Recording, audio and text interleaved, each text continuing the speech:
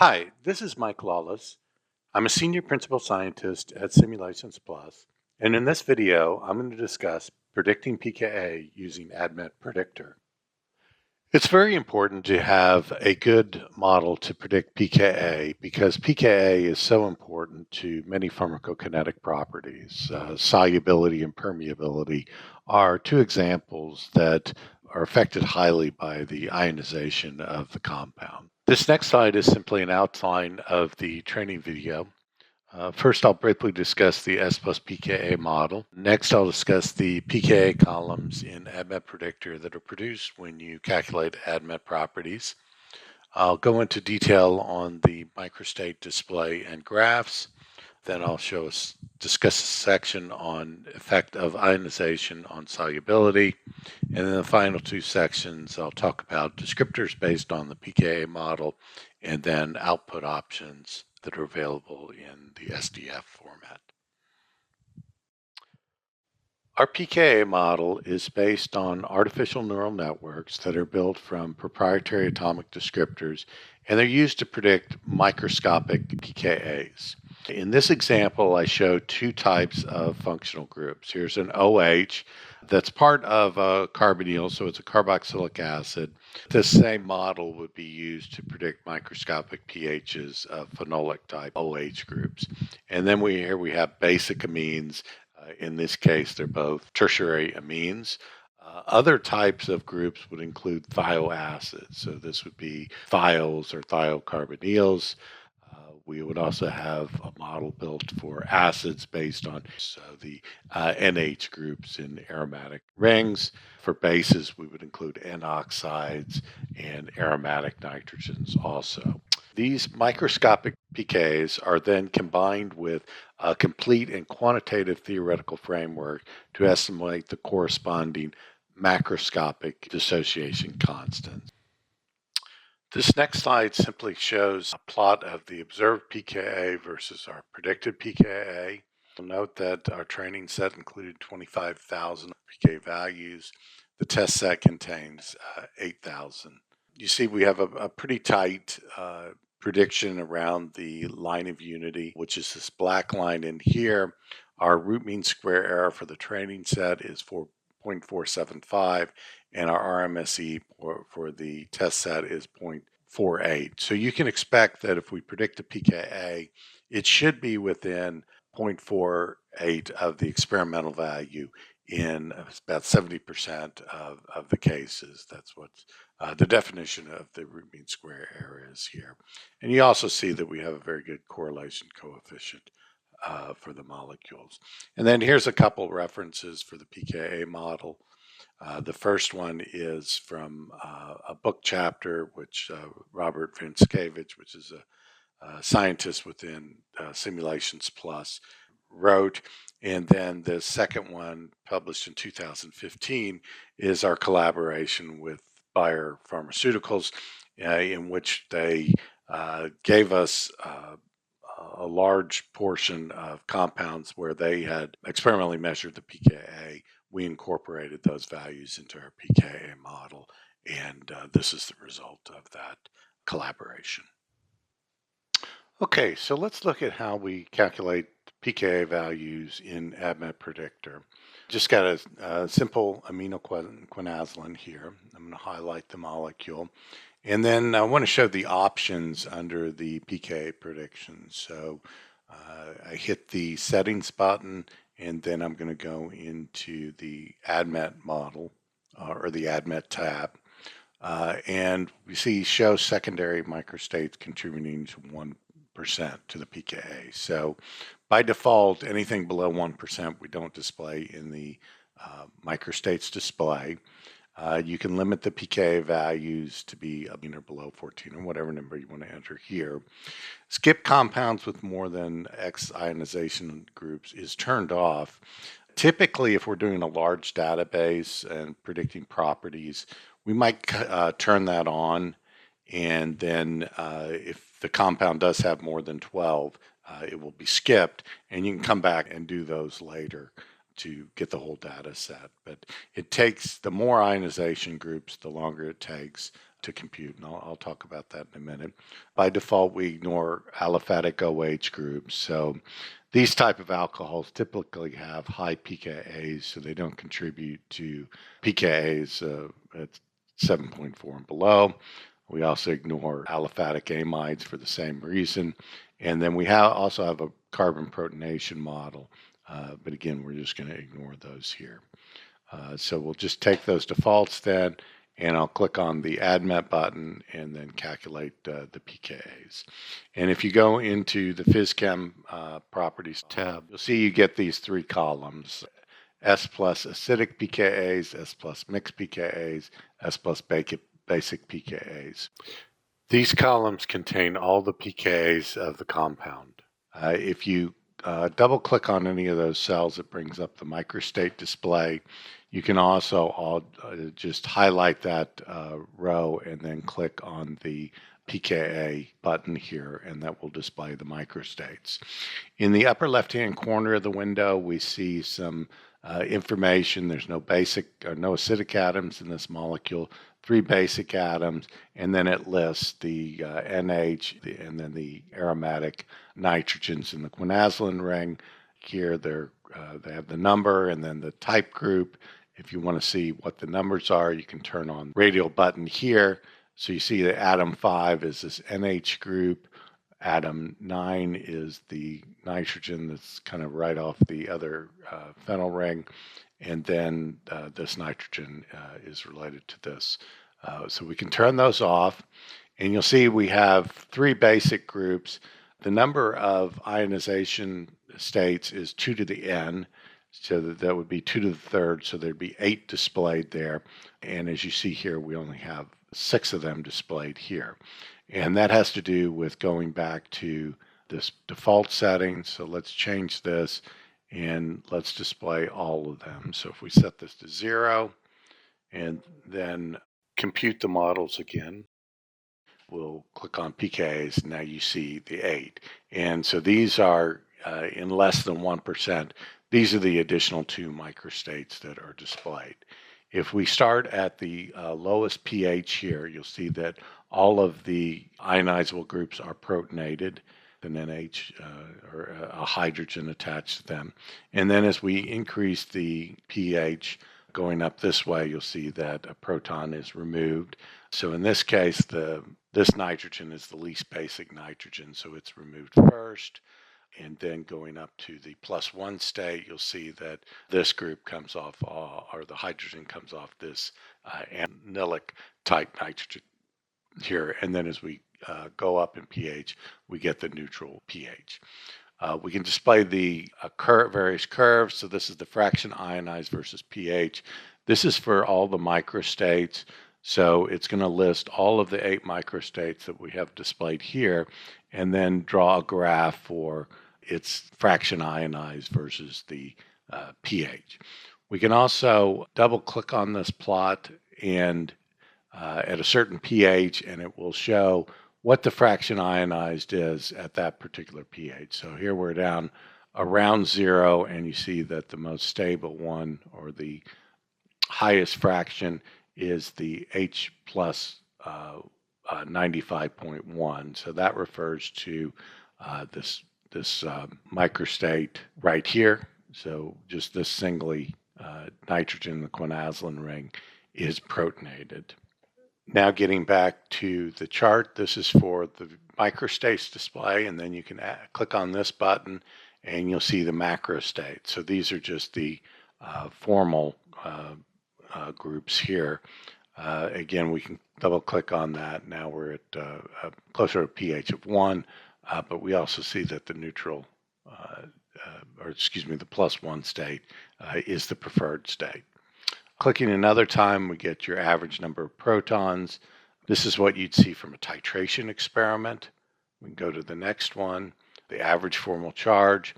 And then this one shows the average single proton affinities. So these plots are made, and What you see with pKa is that the pKa of one atom affects the pKa of another atom.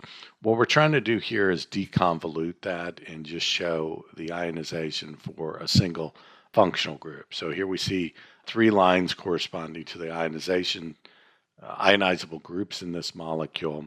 And then this red point here is what's known as the pK50. So this is the pH at which 50% of that particular group is ionized. And so if you want to try and relate specific functional groups to the pKa of the molecule, you can use these average protonation states to achieve them. And what we see by this plot here is that the nitrogen that's in the quinazoline ring, this particular nitrogen, has the highest pK50 and therefore would be protonated first in this particular molecule. This information is used to create plots of solubility or log D versus pH. So if we double click on the log D or log P column for this molecule, we would get a plot such as the one shown here. So this is the predicted log D across the y-axis, and this is the pH across the x-axis. We can label the pKa's of this molecule. So here is around 4 is the pKa for the nitrogen within the quinazoline ring. Similarly, if we click on the S plus SW button, we'll get a plot of the aqueous water solubility versus pH. And we can also put that on a log scale or show the pKa's. So this is saying that here's the pKa of this particular molecule. Now, note the other two pKa's were below 0, so they're not shown on this plot. And then the lower we get in pH, the more the solubility will shoot up, and then it's fairly high at even a pH of 1.0. From the previous plots, we saw that solubility is affected by ionization, or the pKa of the compound. So let's look at how this would work in a simulation. So we would look at GastroPlus in this case. And this plot shows pH on the y-axis versus the compartments in the GI tract. And then over on this y-axis on the right-hand side, this is the transit time. So in the stomach, the pH is between 1 and 2, less than 1.5. So this is going to affect the ionization state of the molecule. And then as it starts to work its way down the GI tract, you see that the pH in the duodenum goes up to 6 and then continually increases until the ileum 3 and then reduces a little bit in the cecum. And the amount of time spent in each one of these compartments is plotted out here on the right. So you're at 10 or 15 minutes in the stomach, and then it increases a little bit as you work your way down the GI tract and then decreases. And then these last two compartments here is where the compound would spend a large amount of time in a 24-hour period before being excreted into the feces. So if we look at the pH profile for the compound I just saw, put this into GastroPlus. So here we're looking at a 100 milligram dose of this particular compound, and it's a simulated pK run. So we see that this red line here represents the amount dissolved. And again, remember that this is a 100 milligram dose. So when the compound gets into the stomach, it dissolves very quickly, but it doesn't fully dissolve because the solubility in the stomach at pH 1.3 is 0.46 milligrams per milliliter. And that's less than the concentration in the stomach. So the whole molecule is not dissolved. Then it starts to work its way down the GI tract, additional amount dissolves, and then you see after about 2 hours, it slowly dissolves. But the oral fraction absorbed is only 68% in this example, and that's because of the low solubility of the compound. Now let's take a look at the compound if we add a morpholin group in this position off the quinazoline ring. So here you see immediately that the pKa is below 6.4. You get a +1 state on the molecule. So that automatically increases the amount of ionization at the higher pHs, and that would result in substantially higher solubility starting here at about 4 and going up very quickly for this molecule. Now, what we call the native solubility, this is the solubility of the saturated solution, is 0.007 milligrams per milliliter compared to this other molecule that was 0.001. So this is 7 times more soluble at each one of their native pHs. And if we take this second compound with the morpholine ring, run a simulation at a 100 milligram dose, you'll see that in the stomach, because this is ionized heavily, and that increases the solubility, the amount dissolved goes up to, let's say, 95 milligrams, which is 95% of it dissolved. But then when it gets into the jejunum and duodenum, the compound actually precipitates, and this is precipitating because because it's not as soluble at this particular pH, because this isn't ionized as heavily. Now let's look at a few of the descriptors that are based on the pKa model. So these descriptors can be used in different models within ADMET Predictor because ionization is so important. You go to the descriptors tab here and then scroll all the way to the right. You'll see the ionization descriptors. Mostly we use fraction anion, fraction cation, fraction unionized, and fraction Zwitter ion. And so these represent the fractions of these particular species at the pH that was run to compute the properties. So typically that's 7.4 here. So if we look at fraction cationic for these species, or for these molecules, you'll see that this first molecule doesn't have a large amount, whereas the second compound, since we have this protonatable amine here, is a little bit higher at 0.09, so about 10% shown here, and then the rest is unionized.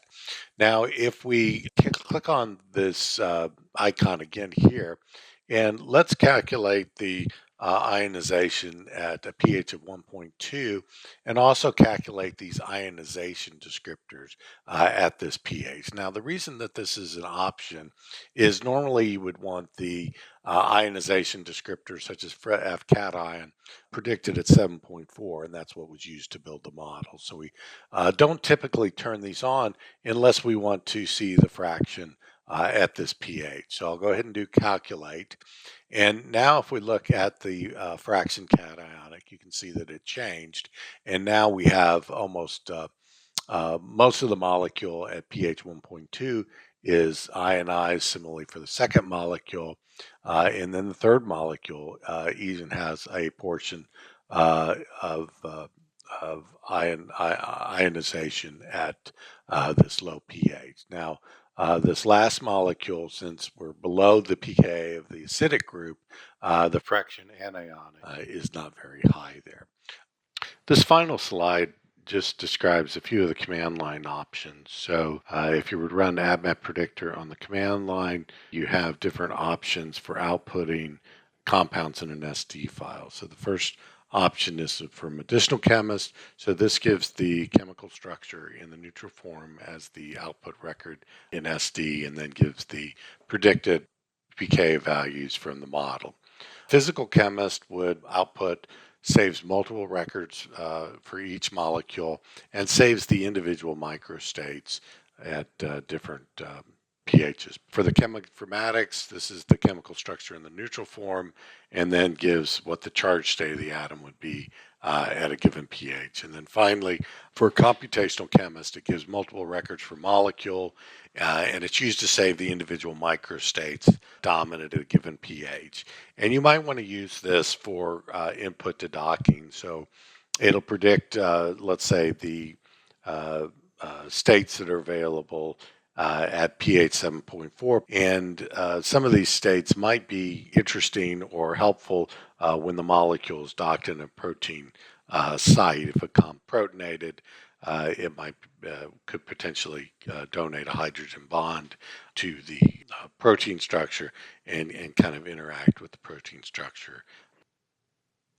This concludes the training video on the S plus pKa model in ADMET Predictor. If you have any questions, you're free to email me at mlawless@simulations-plus.com. I appreciate your time and have a good day. Bye-bye.